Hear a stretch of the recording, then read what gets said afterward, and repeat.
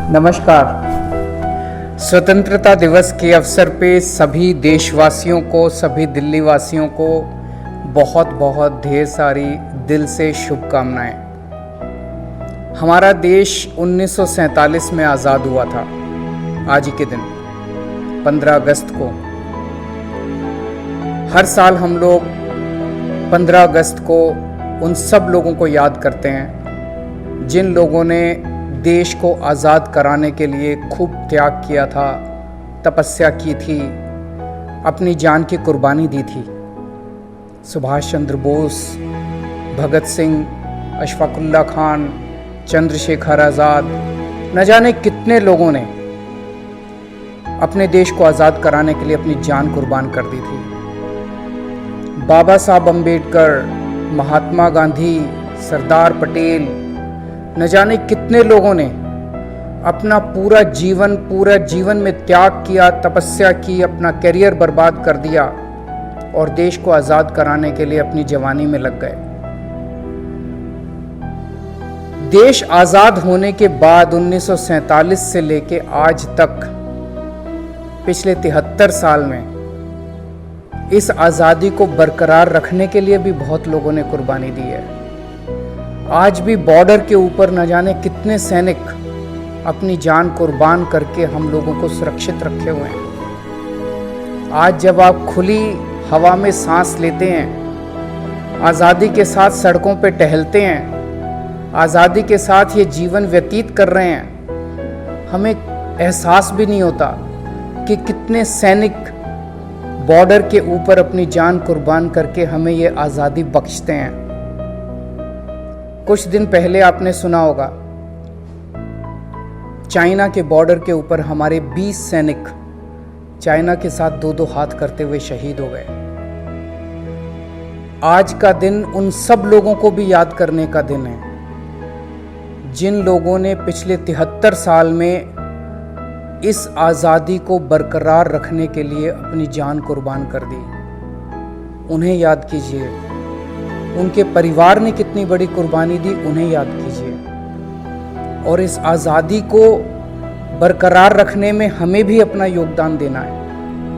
एक तरफ जहां ये सैनिक देश के बॉर्डर के ऊपर अपनी जान कुर्बान करके हमें आज़ादी बख्शे हुए हैं, हमारा भी फर्ज बनता है कि हम देश की प्रगति में अपना योगदान दें। वो लोग बॉर्डर के ऊपर हमारी आज़ादी बरकरार रखने के लिए अपनी जान कुर्बान कर रहे हैं। हमें देश के अंदर रह के हर नागरिक को एक तरफ उनकी कुर्बानी को याद करना है, उनकी कुर्बानी को सलाम करना है और अपना योगदान देना है। आज 15 अगस्त के दिन अगर हम केवल औपचारिक रूप से 15 अगस्त मनाकर अपने घर चले जाएंगे तो ये ठीक नहीं होगा।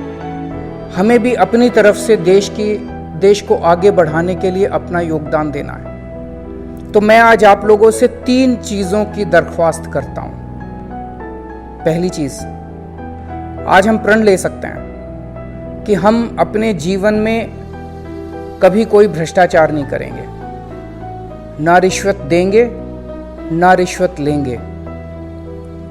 भ्रष्टाचार करना, रिश्वत लेना, रिश्वत देना देश के साथ गद्दारी है, भारत माता के साथ गद्दारी है, उन सब सैनिकों के साथ गद्दारी है जो देश के बॉर्डर के ऊपर अपनी जान कुर्बान करते हैं। उन सब लोगों के साथ गद्दारी है जिन लोगों ने अपने देश को आज़ाद कराने के लिए अपनी जान कुर्बान की। भगत सिंह के साथ गद्दारी है, चंद्रशेखर आज़ाद के साथ गद्दारी है, सुभाष चंद्र बोस के साथ गद्दारी है। तो एक तो हमें यह प्रण लेना चाहिए कि हम ना रिश्वत देंगे और ना रिश्वत लेंगे। दूसरा, प्रदूषण। हमें यह प्रण लेना चाहिए कि हम ऐसा कोई काम नहीं करेंगे जिससे जल या वायु का प्रदूषण होगा। अगर आज हम अपनी धरती को प्रदूषित करते हैं, अगर आज हम अपने जल को प्रदूषित करते हैं, हम अपनी वायु को प्रदूषित करते हैं, न केवल हम अपने देशवासियों की जान के साथ खेल रहे हैं, बल्कि आने वाले जनरेशन्स, आने वाली पीढ़ियों की भी जान को हम दांव पे लगा रहे हैं। तो दूसरा, हमें ऐसा कोई काम नहीं करना जिससे हम जल, वायु या पृथ्वी को प्रदूषित करें। और तीसरा काम हम कर सकते हैं कि अपने देश को साफ सुथरा रखना है, गंदगी नहीं फैलानी। मैं कई बार ये सोचता हूं कि जब हम सड़क पे निकलते हैं 2 मिनट नहीं सोचते, कुछ खाया और सड़क के ऊपर कुछ भी फेंक दिया। ये सड़क भी तो अपनी है। जितनी पब्लिक प्लेसेस हैं, पब्लिक प्लेसेस के ऊपर अपने घर में नहीं फेंकेंगे, अपने ड्राइंग रूम में नहीं फेंकेंगे, लेकिन सड़क पे निकल के तुरंत कुछ ना कुछ फेंक देंगे। तो हमें अपने देश को साफ सुथरा रखना है।